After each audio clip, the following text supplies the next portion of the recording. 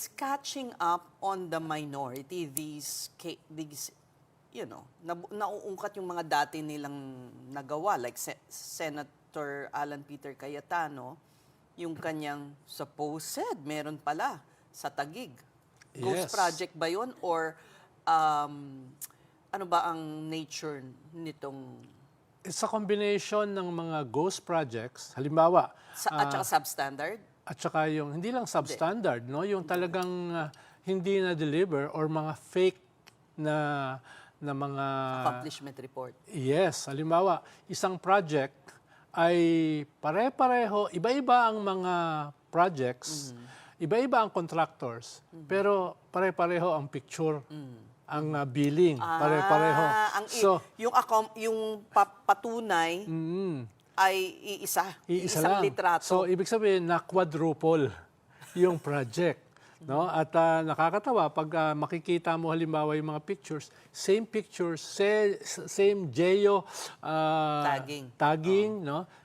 Pero iba yung billing, iba yung contractor, no? Iba yung pero fully paid, apat. No?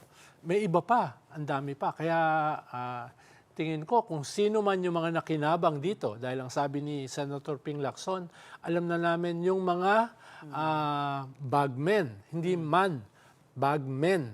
At doon sa bagmen, merong isa pang mas malaking bagman, at doon sa bagman, merong pang isang pinaka-bagman. So, ibig sabihin, talagang niresearch ng husto ito ni Senator Ping Lacson. No? Pero, bakit hindi ito ginawa ni Senator Lacson when he was chair of the Blue Ribbon Committee? Dahil lang ba, sinabihan siya ni Senator Cayetano na merong, bakit dumoble, quadruple pala ang kanyang ang kanyang net worth? Well, yes and no. Una ay may iba kasing nakasalang noon Do not cross me.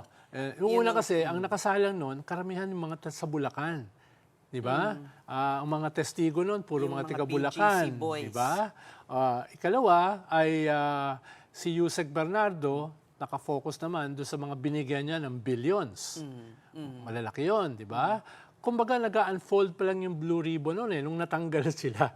Di ba natanggal sila sa Blue Ribbon? Yes. So, hindi nagpatuloy, di ba? Hindi okay. nagpatuloy. So tapos, may several... But nasa na niya yan? Nasa radar na niya? Yes. Tapos, allegedly, ay nung siya yung hinamon, siya yung nilink sa corruption, yung nadoble yung kanyang salin na ang kanyang paliwanag, hindi lang nadoble, quadruple. Diba? Tapos, sinabi na tumanggap siya ng maleta na wala namang katibayan. Talagang nagalit siya. Kaya, mas pinadali niya. Hindi na niya pinadaan sa Blue Ribbon. Diniretso na niya sa ombudsman. Ombudsman. At allegedly, parang yung kapatid ni Senator Alan Peter na dating mayor ng Taguig ay tumulong din, allegedly, dito. So, nagpatong-patong kaya napabilis. Tapos sabi rin niya ay tumulong din ang DPWH para ibigay sa kanya yung mga yung geotagging, yung mga pirmado na mga... Dahil hindi naman niya makukuha niyan, makukumpleto yan ang walang tulong ng DPWH. So, maraming tumulong.